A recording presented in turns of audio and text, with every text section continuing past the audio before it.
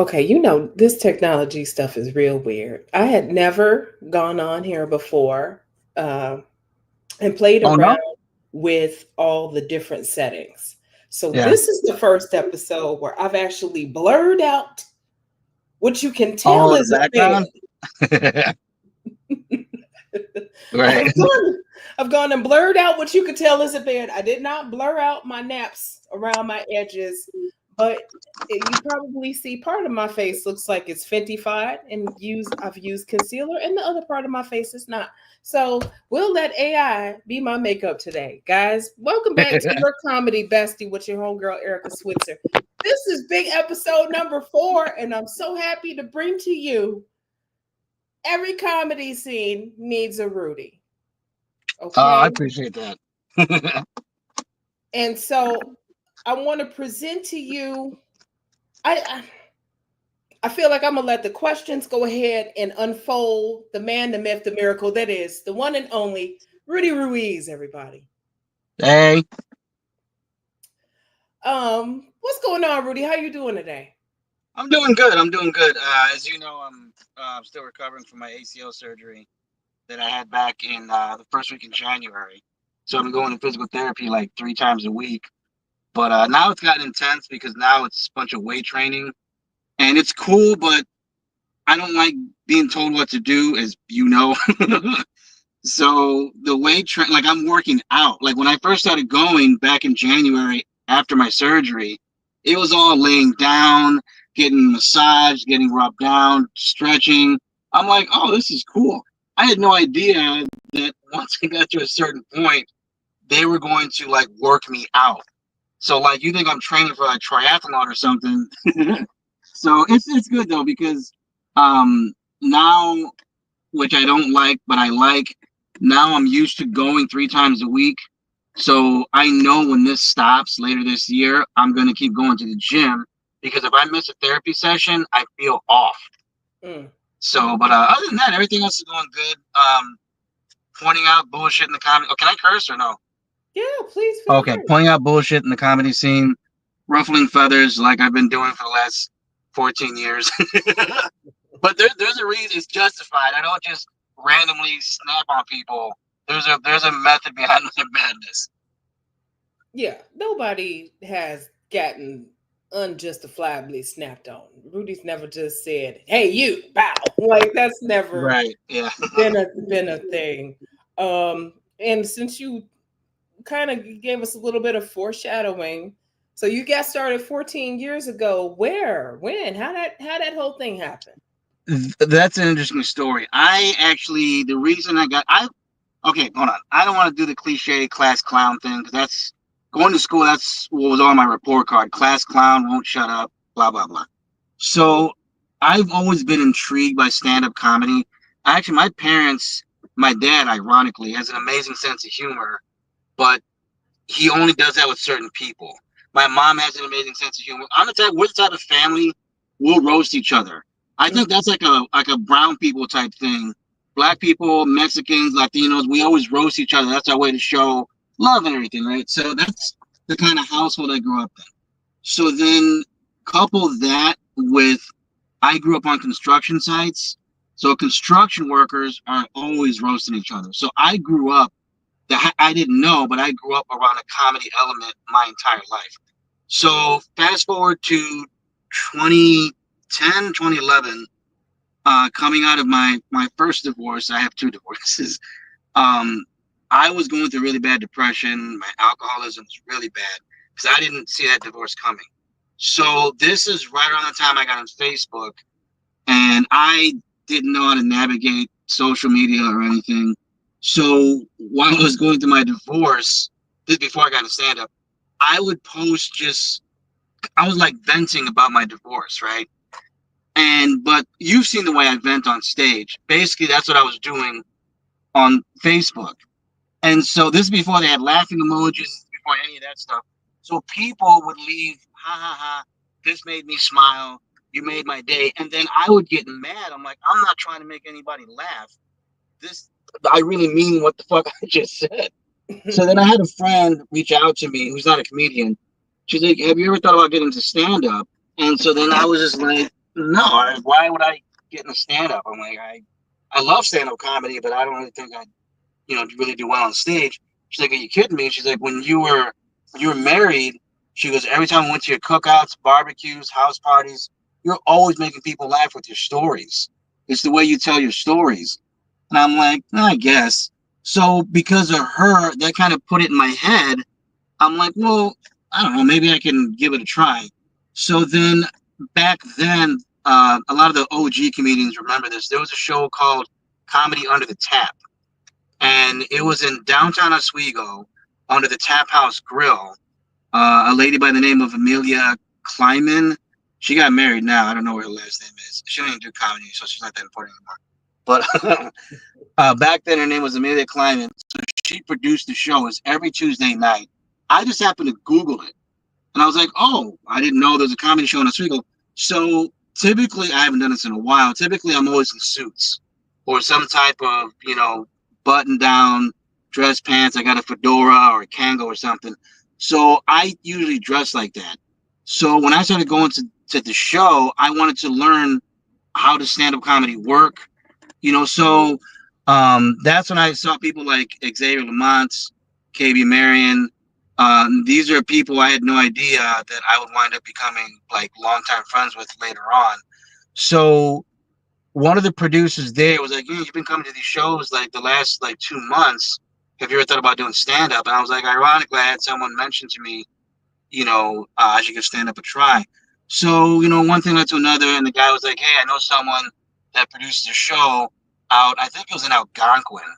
It was at some dive bar in Algonquin, and it was called the Backroom Comedy Club. It was literally the back room of a bar.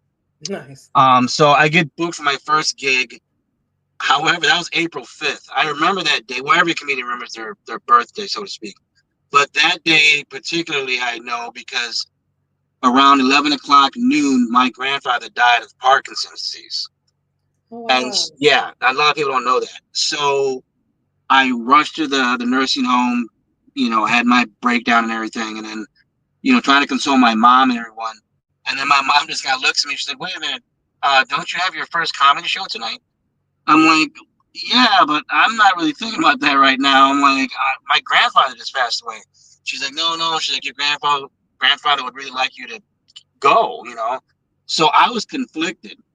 And at the time, I had a friend of mine named Chris, and I called him up. I told him what happened. He's like, man, he goes, if you don't want to go, I understand. I go, nah, my mom said, I should give it a shot and go. He's like, well, I'll tell you what, I'll drive you up there. So I was like, okay, cool.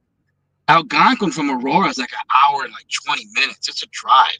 So the whole time I'm driving up there, I'm just going through my grandfather passing away, right? And the thing was, at that time, I didn't have material.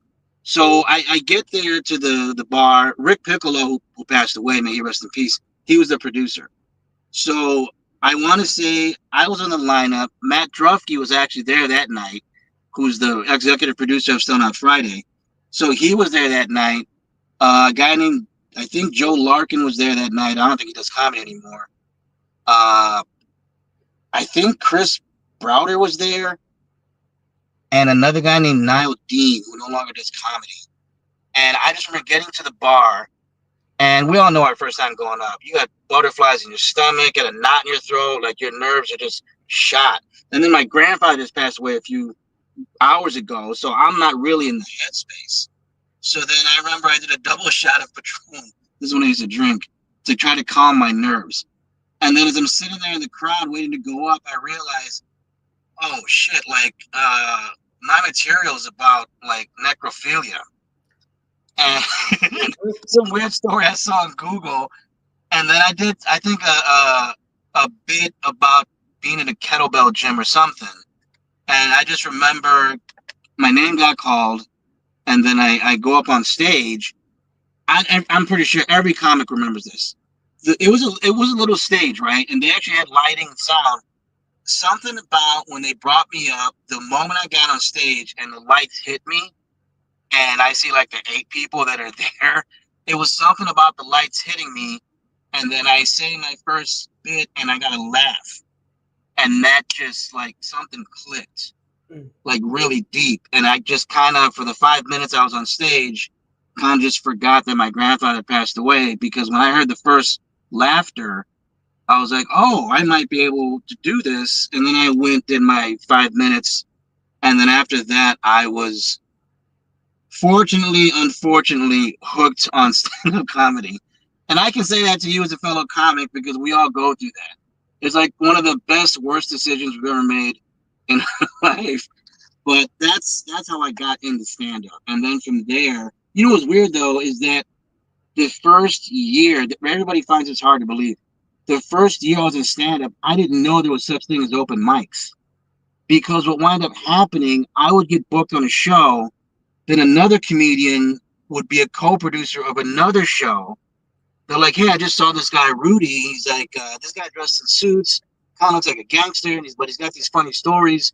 So for literally the first year, I was getting booked at these indie shows in all these dive bars. So my first year in comedy, I did nothing but dive bar shows. I had no idea the difference between dive bar shows, comedy clubs, theater shows. I had no idea. I was new to this. And so, yeah, the first year I had no idea. And then people would ask me, comics like, what mics are you going to? I'm like, what are you talking about? This is like after like 3 or 4 months. And they're like, uh, there's open mics. You don't go to the open mics? I'm like, what's an open mic? They're like, how did you get started? So then I would tell them the story I told you. Mm-hmm. And they're like, oh, so you're just getting booked? I didn't know that was like an issue, or people were like, man, what the fuck?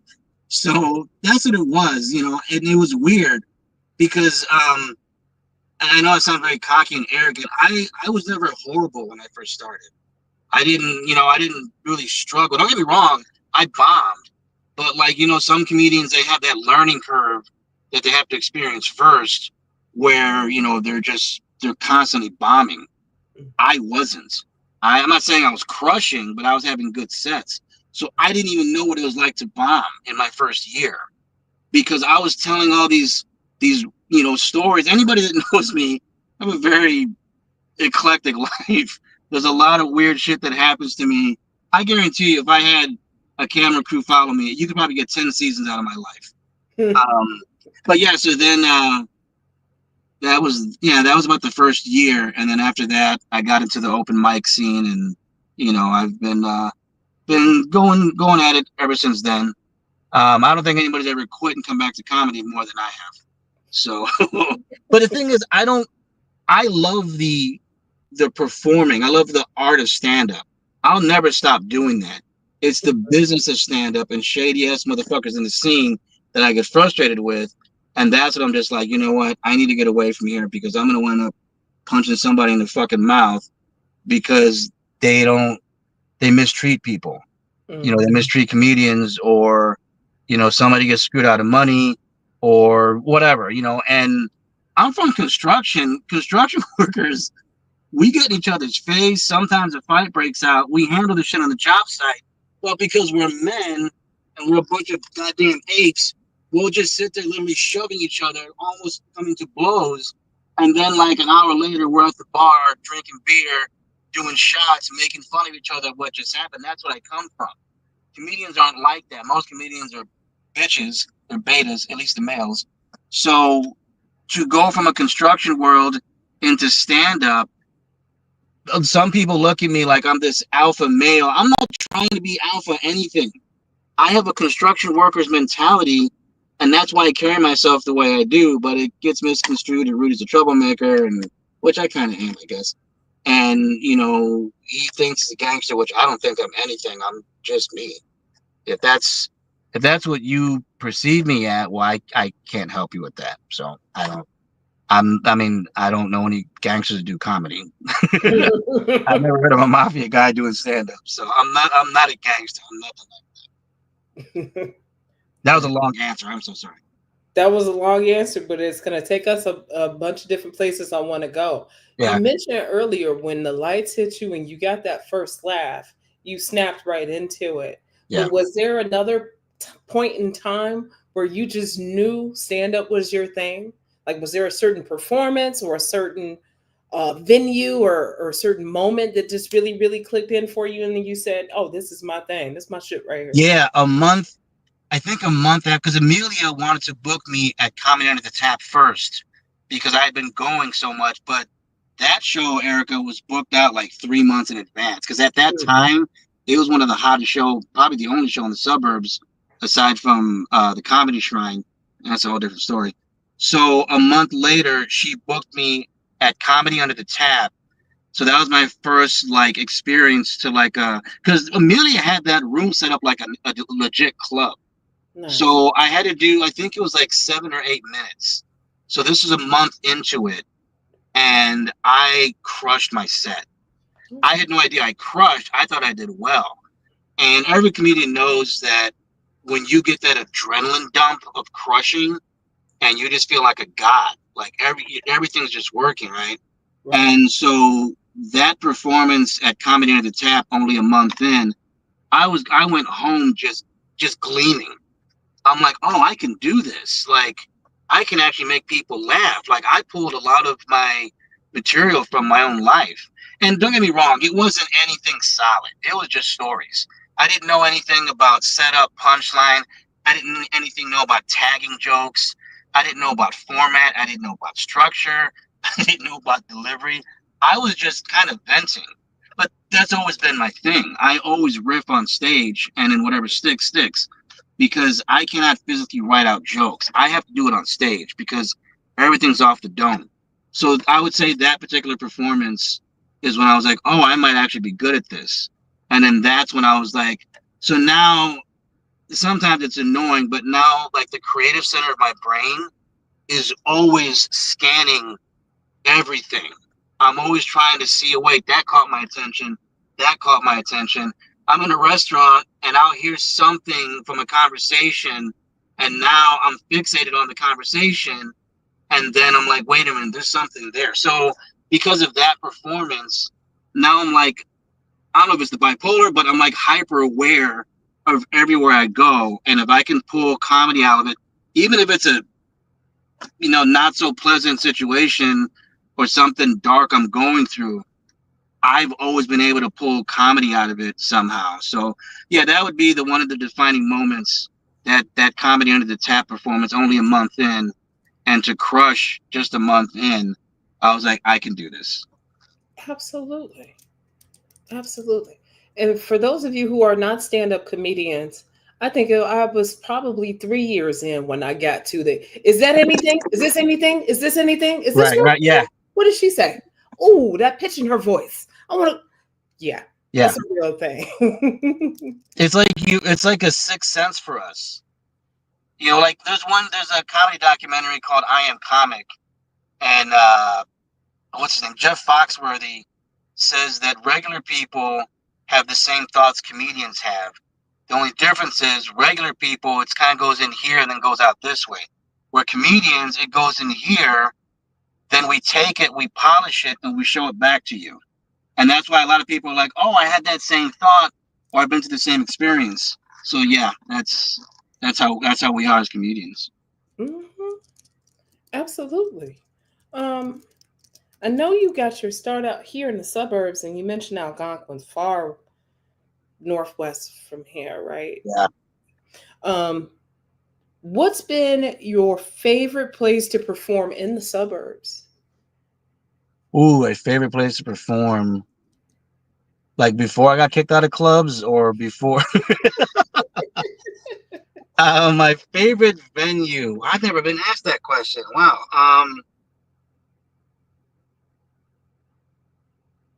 And I'm asking only because we have this new spate of big, beautiful clubs out in the west suburbs Yeah. that have been just popping up. I want to say open mic. I'm sorry, this is gonna be a two-part answer. Open mic wise, it was the Comedy Shrine before they went out of business. But like an actual club experience, it was the Improv before I fucked all that up. But but yeah, that's I like the Improv because there's, I don't know, what, 400 or 500 people in there, and the stage is like, I think 6-7 feet off the ground, so you see everybody. And so anybody that's ever done the Improv, like, because when you're in the green room, you walk there's the door that goes to the stage, but when you open that door, there's like a little 2-foot section. There's a curtain, and the stage is right there. So when you go on stage at the Improv the first time, you see everybody. So at first it's intimidating because you're like, oh shit, there's like 500, 400 people all looking up at you. And so the energy that comes off a crowd like that, it's infectious. Like it gets into you. And next thing you know, you just ride this wave of your set. So when you crush at the Improv, it feels good, you know. Now open mic wise, it was the Comedy Shrine before they went under, because it got to the point where like I could say and do anything. And they used to have their Monday night mics. It was almost always packed all the time. Mhm. There was always at very least 50 people in the audience. That's aside from the comedians on the lineup. Every now and then there'd be like 100 people. And this is an open mic night. So I would say the Comedy Shrine open mic was definitely a decent mic. And then my favorite place to perform was the Improv. Okay. And what about in the city? In the city, ooh, that's a good question. I try.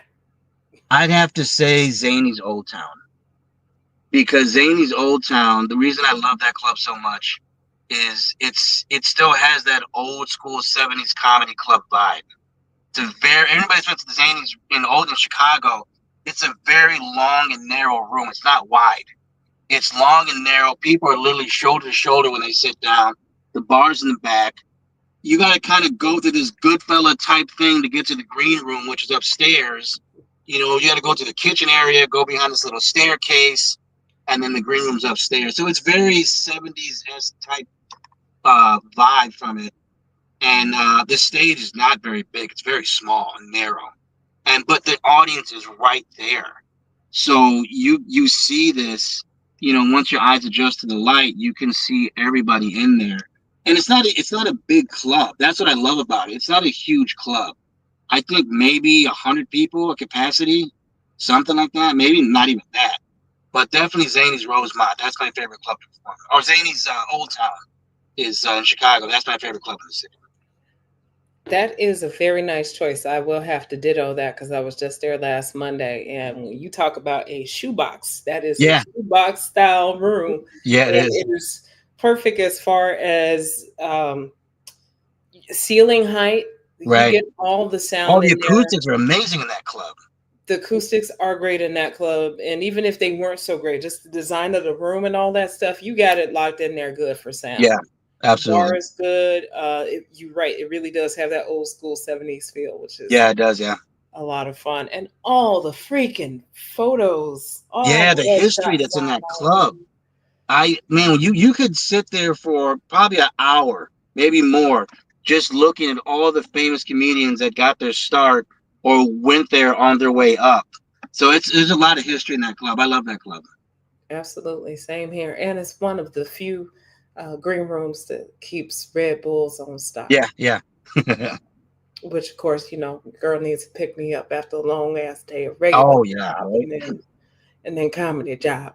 What do you think is the worst place to perform, or what has been the worst place to perform in the suburbs? The worst place to perform. Oh wow, that's a good question.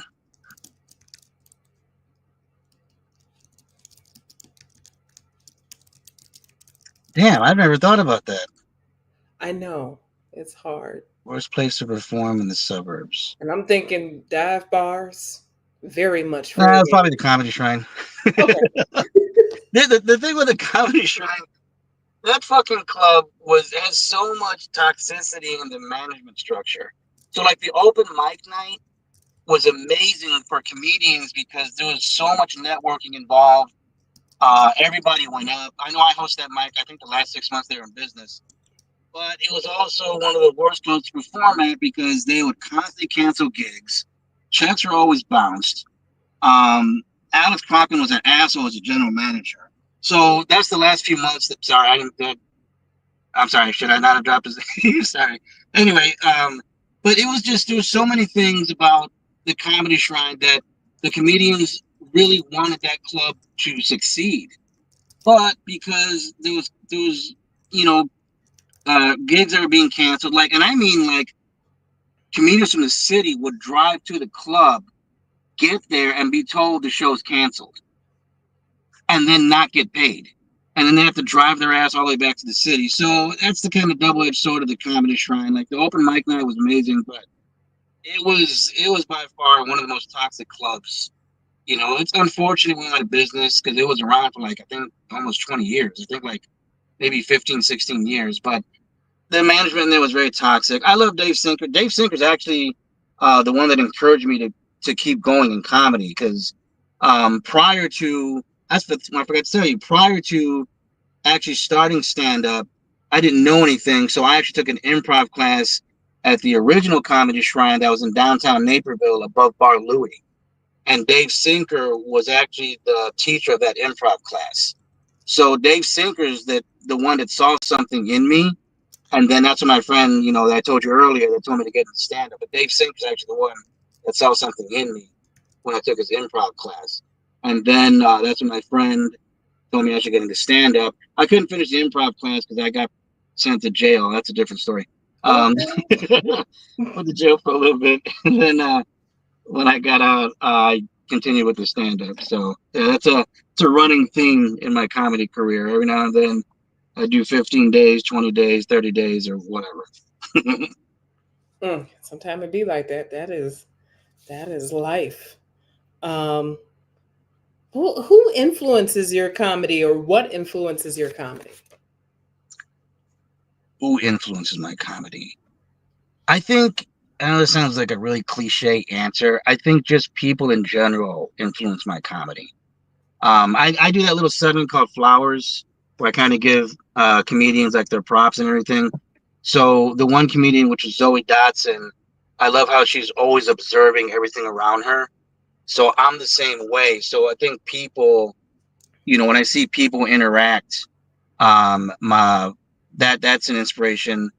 My children, my own children, my son, he's almost 30, so he kind of has his own life. But my two daughters, I'm really close to them. Everyone's seen my daughters grow up on Facebook, and so comedians that have children or nieces or nephews or whatever, that's a little unique experience as far as like parental wise and being an aunt or an uncle or something.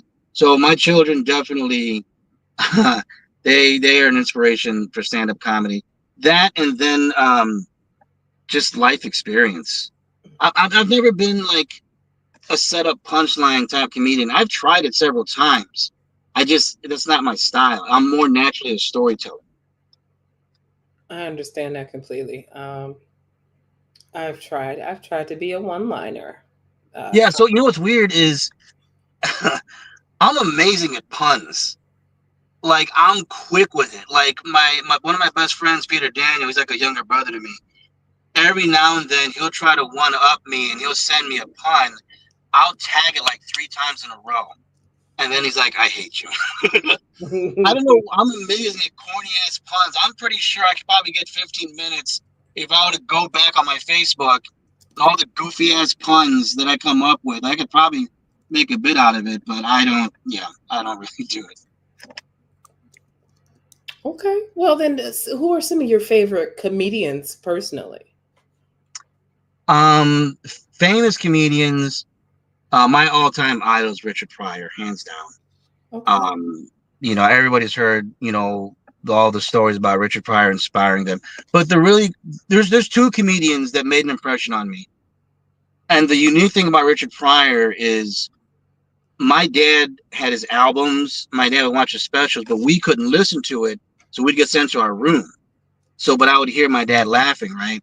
And then so when I would listen to Richard Pryor albums or watch his stand-up specials, this is when I was married the first time, I would laugh and I thought it was funny. It wasn't until I got divorced and I watched his specials again where it really resonated with me, especially his material about breakups, going through divorces, getting back into the dating world. Then I started laughing at it like it's the first time I ever heard it because it really struck a chord with me. I'm like, oh shit, I went through the same thing that he's talking about. So that's one comedian. Um, there's actually two more comedians. There's 3 total. Then the one comedian that really got my attention. And the reason he got my attention, I was about 10 years old. We're living on the east side of Aurora, this hood ass town in Aurora. Because I grew up around a lot of gang culture and shit. But I just remember going to sleep and I heard my dad just laughing hysterically. And I sat up in bed. I'm like, I've never heard my dad laugh so hard. Like, and this is like 11 o'clock at night. I'm like, what the hell is he laughing at? So then I remember I quietly opened my door. I don't think I've ever said this story. I went down the hall and I kind of turned around and I could see the television. He was watching Eddie Murphy Raw. And he's just losing his shit. Also, Eddie Murphy was in the blue suit with the gloves and all that. And I was like, watch. I only saw a few minutes. And that's when he did the "We Got McDonald's" bit. We got McDonald's. He was doing that bit, right? And I was like, wow, like this dude made my dad laugh like that. So then I became an instant Eddie Murphy fan after that. And then the other comedian I absolutely adore is Bill Burr. I love Bill Burr. Okay. I'm a huge fan. I've seen him. I want to say I think he's been to Chicago Theater 3 times, and I've seen him 3 times at the Chicago Theater. So yeah, it'd be Richard Pryor, Eddie Murphy, and Bill Burr definitely, and George Carlin too. Perfect. Speaking of which, man, you got me feeling like I want to get into. You know what? I want to get into that game after I get into 3 controversial questions. Three of them. I got I hope you're ready for my answers. 3 controversial questions for the one and only Rudy Ruiz. Is social media a gift or curse to stand up? I think it's both. I have a very love-hate relationship with social media. Social media is an amazing tool for promoting and marketing like your material, your brand. But social media can be such a bitch because social media has made me dislike people had they not had social media. Like I'll see people, not just comedians, there's other people on my Facebook I'm like that I grew up with, and then you come to find out, oh damn, this person's actually an asshole, you know, because whatever they post, and it's just like I would have been so much better off not knowing this person has this ideology or they think about, you know, this stance on some social justice movement or whatever. But as far as stand up, it's a gift and a curse because it's a gift because you know we have a lot of social media. It's free platform. So depending on whatever content you put out, you know, it can be a vital tool to keep pushing your brand out there. But at the same time, it can be a double-edged sword because you start getting comedians that start getting into political arguments, which I think is fucking stupid. You know, then it starts leaking over into, well, now I don't want to share the stage with this fucking guy or this woman or that person because they have this stance or this and that. My thing is, when I produce shows, I know it sounds cliche, I don't care if you're black, I don't care if you're white, Asian, transgender, gay, heterosexual, right wing, left wing. If you're funny, legitimately funny, I want you on my show. I've booked comedians that are Republicans that were probably low key MAGA supporters, but they leave all that bullshit at home. They get on stage, they do their thing, and I'm grateful that you know they did it. So, but that social media is like a gift and a curse for stand up. Absolutely. Okay. Good response. I appreciate you. What do you wish more young comedians knew? Who was I having this conversation with? Amy Blaze. I wish this newer generation of comedians knew they have to develop their material first before they are so, because the newer comedians now, they have so much stage presence and confidence in bombing. Like when I first came up, and I'm pretty sure the community before me, you know, a lot of us were nervous on stage, you know, and then we kind of started getting the idea of, you know, cultivating our material, learning how to write, and then it kind of side to side, you know, your stage presence and your material kind of just, you know, progressed alongside each other. Some people more, whatever, but the point is the material and the stage presence were kind of always like this coming up. Now you have comedians, the younger ones, and it's not a knock on them. Their confidence is up here, and the material is down here. But they're so confident in delivering mediocre material, and it's like, you guys, okay, I love the fact you have stage presence. I love the confidence, but you ain't saying shit. Like, if you're gonna be a storyteller, there's a lot of filler in there that doesn't need to be in there. So I think newer comedians, I really wish they would know and they would learn.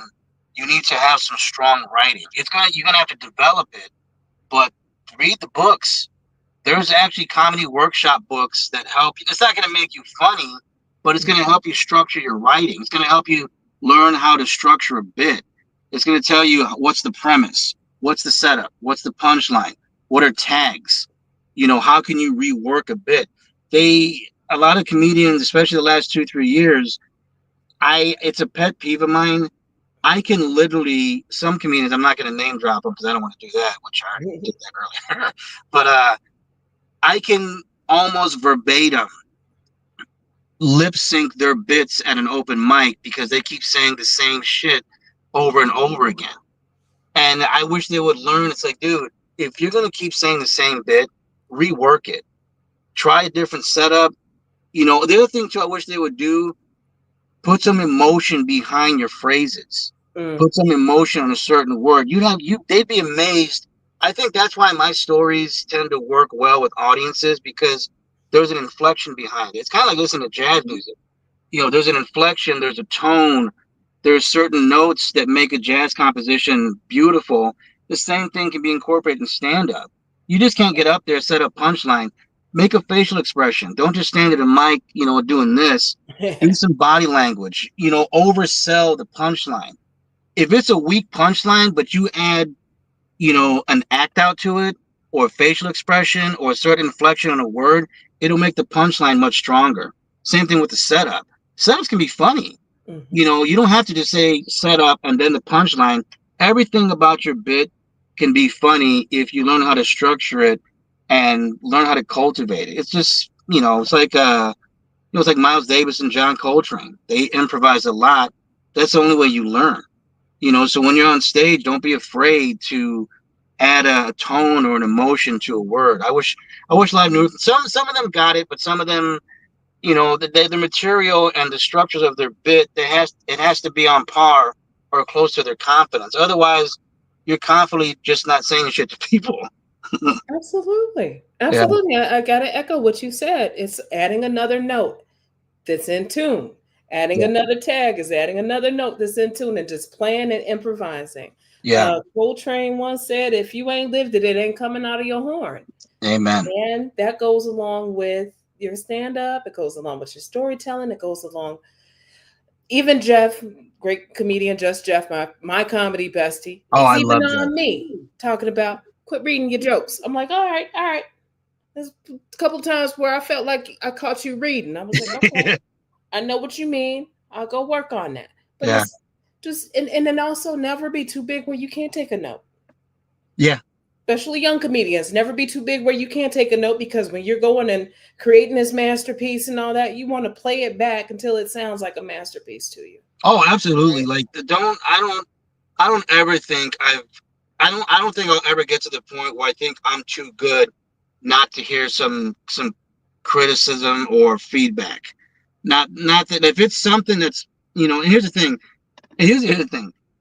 There's been a lot of comedians, especially when I first started, when they would ask me, what did you think? You got to be careful when you ask me that question, because I'm going to tell you what I think. And here's the thing, I think a lot of people get the impression I come off as a jagoff on purpose. I'm just telling you the truth. If you can't take criticism from another no-name comedian, then just get the fuck out of stand-up comedy. Because in the event you make a name for yourself and you start becoming famous, when your talent, your art, and corporate interests come together, you're gonna wish you heard me say you weren't funny about that joke in Mojo's open mic 10 years ago. So Absolutely. it's always a learning process. You're never gonna learn everything. I like the quote from Charlie Chaplin: "We're all professional amateurs."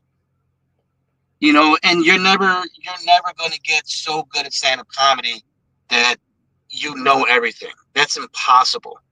I have bits from 14 years ago that I bring back and polish them up, and they do well. And it's cool that it's like, oh damn, I didn't know this thing still had legs. I didn't know I could still, update this bit. I'm Mhm. a huge fan of stand-up comedy. Like, not only that, stand-up comedy, the way my brain works, when I see a comedian on stage, because I'm a huge jazz fan, depending on their cadence, they'll sound like an instrument to me. Mm. They'll sound like a saxophone, or they'll sound like if those that have that slow delivery, they sound like a bass, Yeah. or somebody will sound like a flute because they're really high pitched and they're so fast and they talk. That's how I listen to stand up comedy. And I don't think if you ever get to a point where you think you can't learn or you take offense to someone that didn't like you, I'll give you a perfect example. Xavier Lamont, he had this bit about throwing babies in volcanoes or something like that. I Yeah. couldn't stand that goddamn bit, but it killed. It worked for him. And I remember he snapped at me one time because I told him, I'm like, I can't stand that goddamn bit. And he just snapped. He's like, fuck you, what the fuck is wrong? I'm like, I don't like it. Why don't you like it? It sounds dumb, bro. I don't like the bit. You're throwing babies in volcanoes. The fuck is wrong with you? But every time he would do the bit, it would crush. And my ignorant ass is sitting there just like, y'all are fucking stupid. How are you laughing at this shit? But again, it's my own ignorance because it works for him. And Excel, anybody knows Excel, he can be a high energy comic the way he delivers his material. Excel, the one thing Excel and I have in common, we like to riff on stage a lot. And so, again, there's my ignorance. I didn't like the bit, but it worked for him. You know what I'm Mm. saying? So that's a perfect example of me using myself as someone that just can't get past my own ignorance and just give the bit its due. It's just flowers, which I'm not going to do. I still don't like that goddamn bit. With friends like y'all, right? Right. Yeah. Last of my three hard questions for you. What could bookers and club owners do better? That's a lot. I know this question came up in one of the Chicago groups, comedy scene groups. And I think what I said was reply to a booking request like professionals or get someone to help reply. We don't like being ghosted. And then I know her name slips my mind. Sahar? I think she Sahar? runs the comedy bar. Yeah, Sahar. And Sahar. And I loved her comments and I loved her feedback. And here's the thing. We all know we have common sense. We all know these bookers, these club owners are getting flooded with emails. But a lot of these club owners and bookers, they've been in the business long enough. They know whose name to reply to and who they're like, wait a minute, I'll give them a minute before I reply. But you know goddamn well who's killing it in the scene. You know someone, these comedians that come across to the emails for booking requests, you know who's who. Get the fuck out of here. Don't sit there and have us email you and then we don't hear from you for like 6 months to a year. Chris Lang does that shit at Zany's Rosemont. I messaged that bitch for like 2 years. It don't matter. She ain't never gonna book me, so I can say this. And she's never once replied. I reached out to her Instagram. She sees the messages, doesn't reply. It's like, look, if I'm not a fit for your club, just say that. I'm a big boy. I'm not gonna get offended by it. What's gonna piss me off if I message you through social media and I see that you saw the message and you don't reply? Are you really professional? It's like, come on, you want us to be professional when we take the stage. You want us to abide by your house rules. You want us to tip the wait staff, which I do. But all we're asking is for a little professionalism on your part. Just acknowledge us. Even if it's just a generic, hey, here at Zany's or Laugh Factory or whatever club, we got your email.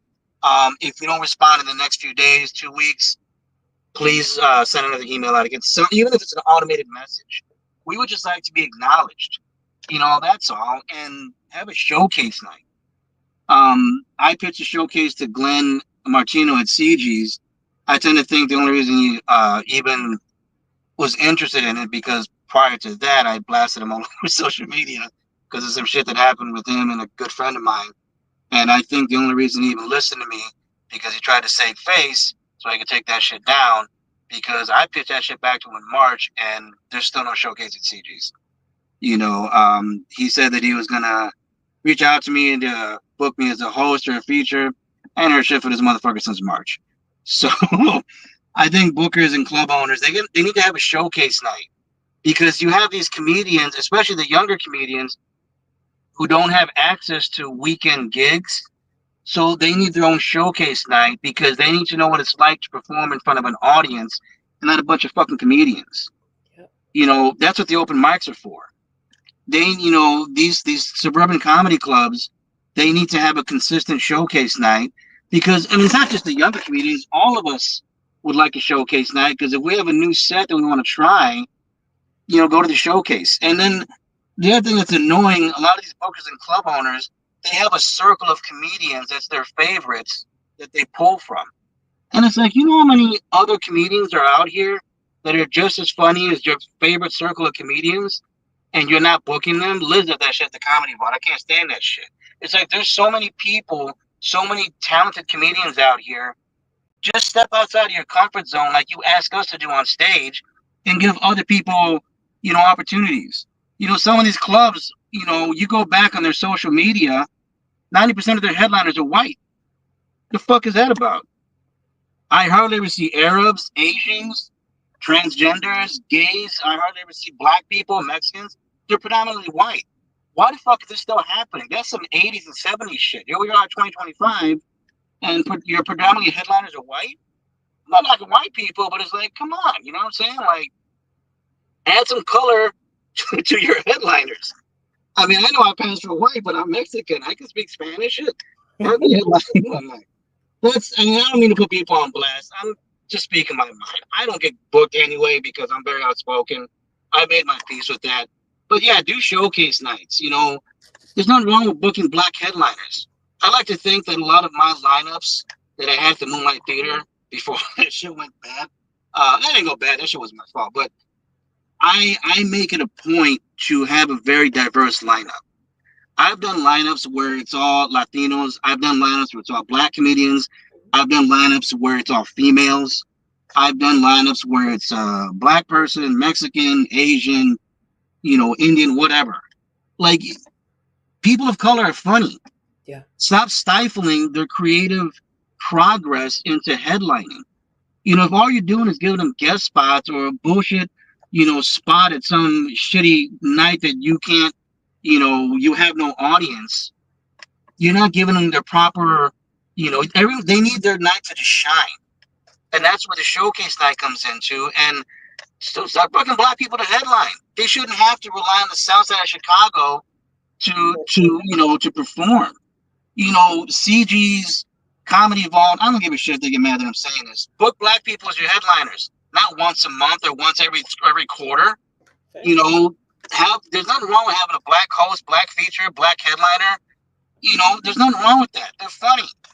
Start widening your audience, and people will pay to come out. You know what I'm saying? So I don't mean to blow up your show by saying that, but that's something that's always bothered me. It's like, you go back and you see this, and it's like, damn, y'all don't know any Indian comedians? I know several hilarious Indian comedians that can headline and crush all weekend. You know what I'm saying? Absolutely. And to that effect, we do have a Latina owner and several black male owners now in the suburbs now. Yeah. For comedy clubs. So hopefully that is something that we'll be seeing on an upward trend sometime soon. I hope so. Before I get out of here with you, I did want to go ahead and play the Who You Got game, where I go ahead and pair off a couple of comedians and ask Rudy to pick his favorite. I'm going to go ahead and start off with something fairly easy. Brian Regan or Jim Gaffigan? Oh, I got to go with Brian Regan. Okay. Sebastian Maniscalco or Pat McGann? Oh, you didn't ask me that. Yes, I did that. Chicago, double up. let me preface this first before I The answer. Sensayor's opener. I want to go with someone, but I have to go with someone else. Here's the backstory. I saw Sebastian on his come up in Chicago, like when he was working Zanies, and he was not famous. And that was an amazing thing to watch him blow up. Pat McGann, I actually saw Pat at the Comedy Under the Tap show where I first started 15 some odd years ago. So I have a lot of love for both of them. I actually know Pat McGann personally. I got to go with my boy Pat McGann. I love Sebastian, and he's an amazing comedian, amazing writer. And it's so cool to see someone from Chicago when you see them come up and you see them blow up and they're famous. But I got to go with Pat McGann. That's best. I love Pat. I love watching his rise as a comedian to go from open mics and this Comedy Under the Tap in some downtown podunk town like Oswego, and then he starts opening for Sebastian, and now in his own right has his own tour. I saw him at the Vic Theater, so yeah, I got to go with Pat McGann. Nice. Kevin Hart or Jerry Seinfeld? Damn, these are good questions, Erica. Shit. I got to go with Kevin Hart, even though I don't want to. I got to go with Kevin Hart. The Battle of the Billionaire Comedians. He gives it to Kevin Hart. I said, in the Battle of the Billionaire Comedians. Yeah, right. Yeah. Yeah. I like both of them, but Kevin Hart's storytelling is bar none. His storytelling is just, it's amazing. So I got to go with Kevin Hart. Absolutely. This is going to be another toughie. George Carlin or Bill Burr? Oh, that's a good one.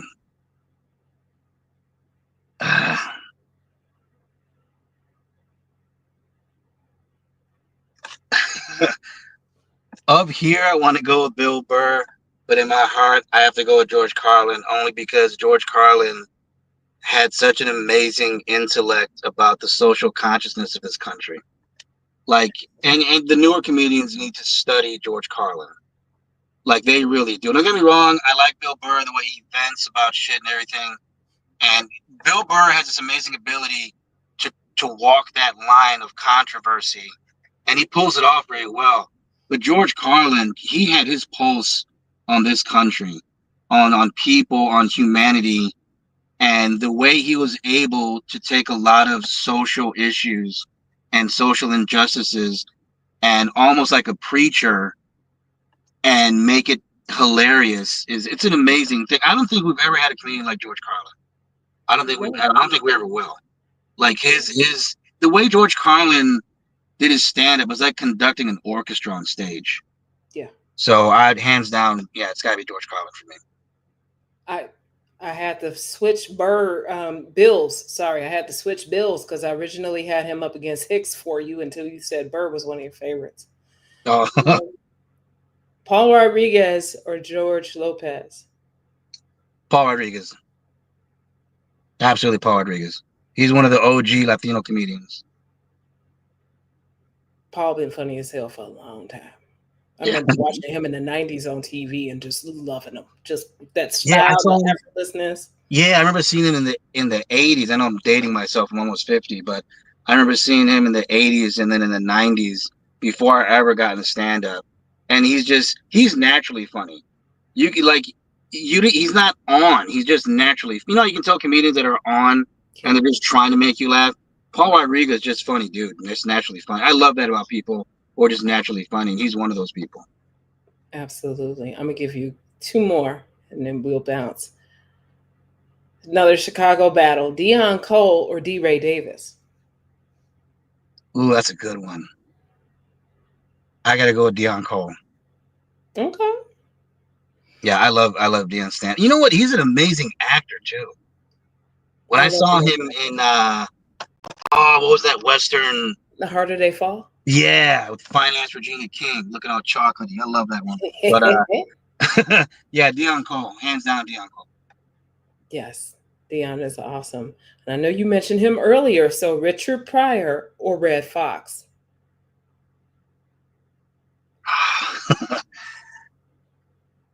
I gotta go with Richard Pryor.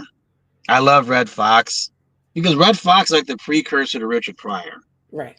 Like if it wasn't for Red Fox, I think I'm not saying there wouldn't have been Richard, but Red Fox really paved the way, and his stand-up, it still holds up to this day. Red Fox, and so does Richard Pryor. Richard Pryor he did jokes in the late 70s about police brutality that still resonate today. It's like the Marvin Gaye album, What's Happening, What's Going On. You can still play that album today and it's still relevant. It's the same thing with Richard Pryor's comedy is timeless. Yeah. Like you can anything, police brutality, relationships. You know, I love when Richard Pryor does voices to inanimate objects. Like when he does that bit live on the Sunset Strip where he puts a voice to the crack pipe. Yeah. Like that was like when I saw that the first time, I was like, what the fuck? He's like, hey Rich, you let me get a little low the other day. I'm like, dude, what the fuck is he doing? So yeah, Yeah. it's Richard Pryor. Red Fox right behind that, but Richard Pryor goes for me. Richard's mind was absolutely out there. And when I think of my personal Rushmore, that should be everybody's Rushmore, should be Carlin, Pryor, and Fox as the three prototypes Oh yeah, for our absolutely. modern stand-up for sure. Those three comedians, um, it's like in hip hop where I forgot who was the rapper that said, if you don't you make your mark when you push forward the culture of hip hop. Rakim did it. You know, KRS One did it in hip hop. LL Cool J did it in hip hop. Comedy, you know, Red Fox. I mean, Lenny Bruce too. A lot of people don't know Lenny Bruce. Right. The newer comedians should actually look up Lenny Bruce. He sacrificed a lot of shit for us to be able to speak. You know how we speak today. Red Fox, you know, he pushed the culture of stand-up comedy forward. George Carlin pushed it forward. Richard Pryor just pushed it for everybody. Richard Pryor made stand-up, and George Carlin and Richard Pryor, I think, made stand-up. They made it conversational, and I think that was really cool about those two. And the fact that they came up at the same time, it's like watching two titans go their separate routes in stand-up, and they both pushed the culture of stand-up comedy forward in their own unique way because they both have completely different styles. Absolutely. And speaking of pushing stand-up comedy forward, your final pairing, Eddie Murphy or Cat Williams? Oh wow, I'm old school. I gotta go with Eddie Murphy. Eddie Murphy made stand-up comedy sexy. Yeah, he did. Yeah, he totally did. Everybody like Richard Pryor's cool, but that motherfucker didn't look like Eddie Murphy. Eddie Murphy came out with that tight ass red suit in Delirious. Then he came out with the tight ass blue suit in Raw. Then he had the glove with a pinky ring on the outside of a glove.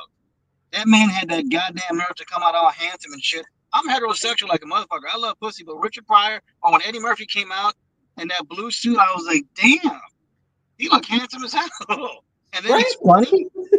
Jesus Christ. Yeah, he made stand-up comedy sexy. I think that's what he did to it. He really did. He made it look sexy, and he did it effortlessly, which made it even sexier. Yeah, because he's another one like Paulo or like Paul Rodriguez. Even in his interviews, he's hilarious. Yeah, he's just naturally funny. Eddie Murphy's like, it's almost like if you get that you know the chart where they have the species of man upright walking. Yeah. You have like that, and then you have Richard Pryor, and to me, you have Eddie Murphy just flying, just taking off, like levitating. What he did for stand-up comedy is amazing. What he did, he made it so personable. He put the sex appeal to it. He had that iconic laughter that he changed because he didn't want to be known for it. And he's a decent actor. I think he's a decent actor. I think he gets underrated for that, but I think he's a decent actor. Exactly. Eddie's the stuff. Yeah. So Rudy, any upcoming shows, anything upcoming projects? Yeah, I'm doing a show. I can't remember the name of the show. Please, Joseph Christopher, don't kill me. It's with Joseph Christopher in June. It's June 14th, I believe. It's up north. And then the following weekend, which is the 20th and the 21st, I'll be at the Laugh Factory. I have two shows on the 20th, 7 to 9 p.m. And then the 21st, which is Saturday, will be the 9 p.m. show. So, yeah, that's what I got coming up. There he is. And as for your girl, if anybody knows anybody in Janesville or Beloit, Wisconsin, I'll be in South Beloit tomorrow night with Zoe Dawson. Nice. Oh, Zoe. I love Zoe. At Mustangs. Yeah. It's a nice venue. That's a nice venue. This is my first time. Crane's Butter's been trying to get me up here for about 2-3 years, and I'm finally Oh, getting that's into it. cool. So I'm That's excited. cool. Yeah, that's gonna be a good show. You and Zoe on that. You guys gonna kill that shit. I love that. That's Hey, cool.